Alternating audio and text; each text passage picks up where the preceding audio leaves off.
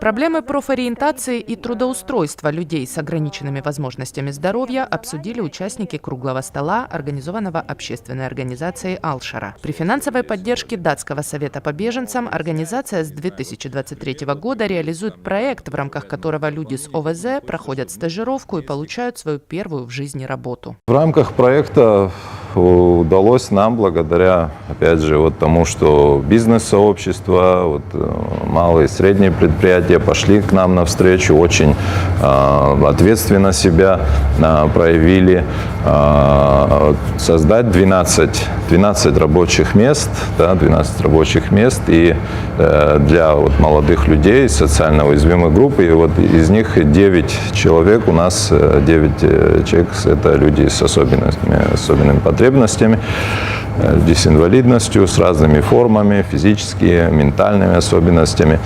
И вот они сейчас благополучно, есть тут наши партнеры, которые находятся, расскажете, наверное, как это все проходит. Понятно, что не просто, все это сложно, но ребята работают. В рамках проекта общественная организация «Алшара» предоставляла небольшие гранты представителям малого и среднего бизнеса, чтобы они потратили время на обучение, нашли подход и предложили посильную работу людям с ОВЗ. Так, новые сотрудники появились у Инны Салакая, которая производит изделия из кожи, в мукомольном цеху у Тамаза Цужба и в гончарной мастерской у Гулисы Шония. С отцом пришел парень, он стоит, ни слова, ничего. Я все говорю, а он ничего не говорит со мной, например. Отец сказал, что это, говорит, стесняется, туда-сюда. Мы его уговорим, чтобы он начал к вам ходить. Второй день он приходит. Ни слова опять там. У нее с речью был проблема. И, думаю, он пока к нам привыкнет, стеснялся, чтобы говорить. Постепенно он к нам привык. Отец мне звонит и говорит, потом фоткали мы, что он сделал, чем занимался отцу, матерью, тоже отправил. Мать говорит, я в жизни бы не подумал, подумала, что он мог чем-то заняться. Я что думаю, если бы мы не потерпели это 5-6 дней, например, пока мы привыкнем, 10 дней, например, он бы от нас ушел. У нас был еще Эдик, у нас есть сейчас уже наш сотрудник. Помимо того, что он уже наш сотрудник, он уже и у нас работает, и еще в одном месте начал работать. У него отставание в ментальном развитии. Сначала было сложно, да, вроде бы, мы не сталкивались, мы начали что он может, что ему удается делать, этот цех по производству кукурузной крупы, конечно, физического там ничего мы ему не предлагали, да, делать, У него очень хорошо получалось, клеить этикетки, Мы его поставили на оборудование, он говорит, ой, что-то я устал. Я говорю, ладно, ездить, да. Давай сюда, здесь, может, получится у тебя.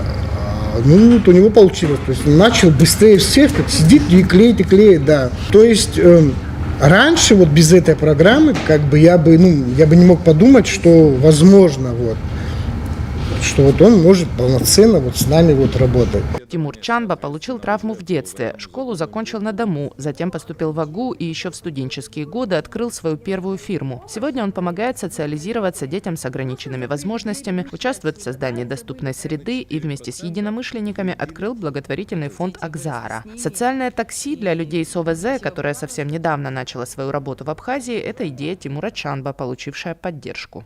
На этой встрече находились и Народный фронт, и команда Абхазии. Они поддержали нашу идею, мы все им рассказали, что нужно будет. И они вышли на правительство Нижнего Новгорода, руководство Нижнего Новгорода. И те тоже поддержали, они сказали, что у них есть такие машины. И по соглашению уже были выделены 3 машины. Они приехали, благополучно уже работают по Абхазии. Леон Лакерба, кандидат экономических наук, преподаватель Абхазского госуниверситета, бесплатно обучает детей с ОВЗ компьютерной грамотности и бухгалтерии, затем помогает с трудоустройством. Самая большая проблема – устроить на работу людей на инвалидной коляске, потому что помещения банально не оборудованы пандусами. Лично я устроил 3 человек, и тут уже отмечал спикер предыдущий, который первым выступал, бизнес, наоборот, идет навстречу. Я не замечал, что бизнес не шел навстречу, они всегда рады. И вы говорили про те проблемы, которые возникают. Самая главная проблема, по моему мнению, это доступная среда. У нас проблема, и в первую очередь это вводом в эксплуатацию новых объектов. Государство вообще за этим не следит, я хочу отметить. Коммерческие организации не соблюдают нормы, у нас вводят эксплуатацию вообще. То есть ничего не оборудовано для людей с ограниченными возможностями. Экспертизу они как-то проходят? Да, экспертизу проходят. У нас есть проблема градостроительного кодекса, точнее не кодекса, а законодательства. У нас через суд можно ввести в эксплуатацию, даже если городская администрация района против введения в эксплуатацию.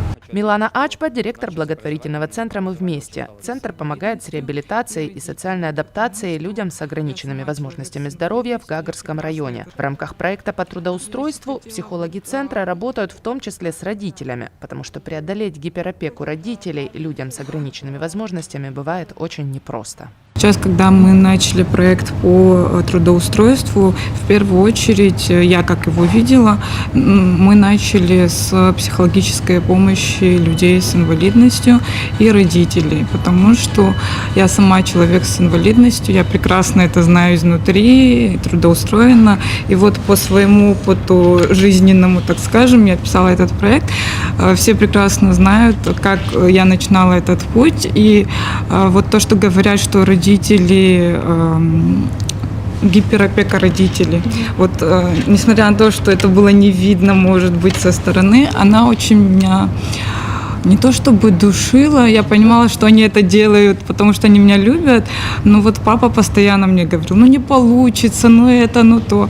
А потом, когда мы с ним вот сели, когда у меня начиналась истерика, почему ты так, он говорил, что я боялся, что ты расстроишься, что у тебя не получится, и ты сильно расстроишься, я тебя готовил к этому. Но, слава богу, Дима знает изначально мой путь, все поддержали, и поэтому все получилось. Уполномоченная по правам ребенка Мактина Джинджолия признает, что проблемами обучения детей с ОВЗ, так же как и трудоустройства взрослых с инвалидностью, больше занимаются общественные организации, чем государственные органы. Она зачитала доклад с предложениями, как можно улучшить положение в этой сфере. Я думаю, что есть необходимость создания рабочей группы либо координационного совета с участием некоммерческих организаций, государственных структур, например, Министерства труда и занятости, Минобразования, ассоциации работодателей и родительских организаций. В рамках данной рабочей группы целесообразно подготовить рекомендации по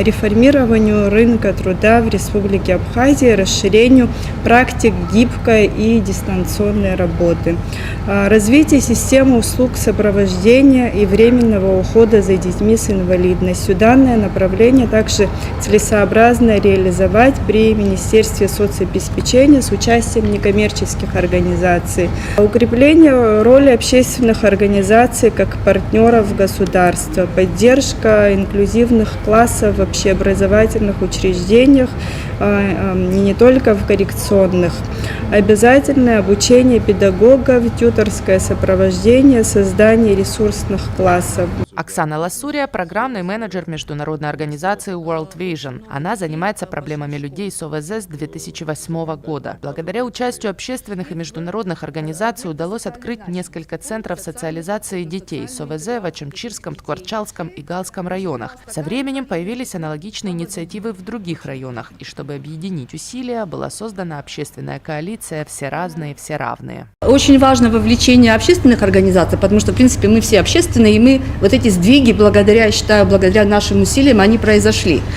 Вот. Но без вовлечения государства очень трудно. Мы останемся на уровне эстафеты. Да? Вот у меня есть финансирование, я что-то сделала, передала финансирование в следующую организацию, у которых оно появилось. У меня заканчивается, у кого-то появляется. И на уровне марафона или эстафеты это можно делать и нужно делать, мы это делаем.